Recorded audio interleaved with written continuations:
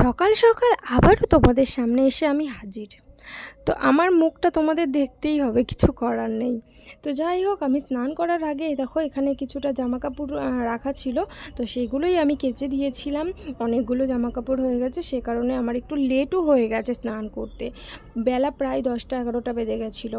আর এদিকে মা রান্না চাপিয়ে দিয়েছে। দেখো আজকে মাছ হবে, করলা আলু ভাজা হবে, আর ওইদিকে আমি তো ফাইনালি খেতে বসে পড়েছি। চলো তোমাদের একটু দেখিয়ে দিই। এইদিকে দেখো আমি ডাল ভাত, ভেন্ডি ভাজা আর আলু বরবটি ভাজা নিয়ে নিয়েছি, তার কারণ আমার প্রচুর খিদে লেগে গেছিলো।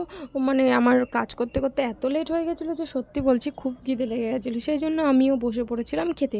এদিকে আমি খেতে খেতে দেখি মাম্মাম চলে এসেছে, আর মাম্মাম এসে কী বায়না করছে চলো তোমাদের সঙ্গে একটু হলেও শেয়ার করি। স্নান করছো? তাই ভালো করে করো, হ্যাঁ ঠিক আছে। দেখলে তো ও কত স্নান করছে, তো ও এখানে বায়না করছে যে স্নান করব। যাই হোক, আজকে জানো তো আমাদের উনুনে এ দেখো পেঁয়াজ দিয়ে মাছ পাতায় দেওয়া হয়েছিল। উনুনটা ফাইনালি আমাদের এই কারণেই করা যে আমরা মাছ পাতুরি খাবো, অনেক কিছু খাবো উনুনে। তো এই করতে করতে বিকেল প্রায় হয়ে গেছে। দেখো আমি এবার সোনাইকে দেখাচ্ছি বলে ও খুব রেগে যাচ্ছিল। তো যাই হোক, বিকেলবেলায় একটু বাইরে এসে হাওয়া খাচ্ছিলাম, কারণ এত গরম পড়েছে কি বলবো। তোমাদের দিকে কাদের কেমন গরম পড়েছে অবশ্যই একটু জানিও।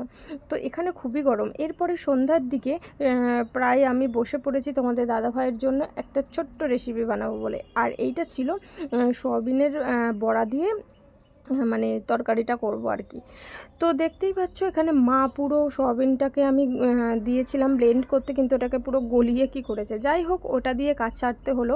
তো এখানটায় আমি দিয়েছিলাম সয়া সস, চিলি সস, লঙ্কার গুঁড়ো, তারপরে হচ্ছে কর্নফ্লাওয়ার, সব দিয়ে বড়াটাকে ভেজে নিয়েছিলাম। আর এইদিকে হচ্ছে ক্যাপসিকাম, তারপরে পেঁয়াজ, আদা রসুন এইগুলো সুন্দর করে ভেজে নিচ্ছিলাম।